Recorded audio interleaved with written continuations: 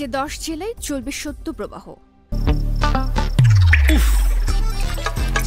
কুয়াশায় সালসুইয়ে পানি আর কত হয়রানি আছে সমাধান। বসত ঘরে লাগাও আনোয়ার শীট, সারা ঘর থাকে শুকনা, সর্দি কাশিও থাকে দূরে। আনোয়ার শীট। চলবে শৈত্যপ্রবাহ।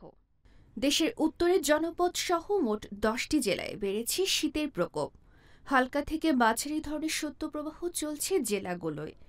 তবে ঢাকা ও পার্শ্ববর্তী এলাকায় সকাল থেকে তাপমাত্রা বাড়ার সম্ভাবনা রয়েছে।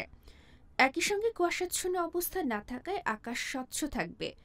আবহাওয়া অফিস বলছে, ঢাকায় এখন স্বাভাবিকভাবে রাতের তাপমাত্রা কিছুটা কম থাকায় শীত অনুভূত হবে এবং দিনের তাপমাত্রা ধীরে ধীরে বাড়বে।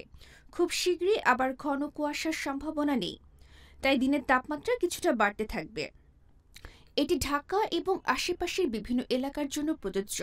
তবে দেশের উত্তরের জনপদ সহ ময়মনসিংহ ও সিলেটের কিছু অংশে মৃদু থেকে মাঝারি ধরনের শৈত্যপ্রবাহ অব্যাহত রয়েছে। এছাড়া এ অবস্থার শেষে সামান্য বিরতি দিয়ে পরবর্তী সময়ে আরও একটি শৈত্যপ্রবাহ আসার সম্ভাবনা রয়েছে।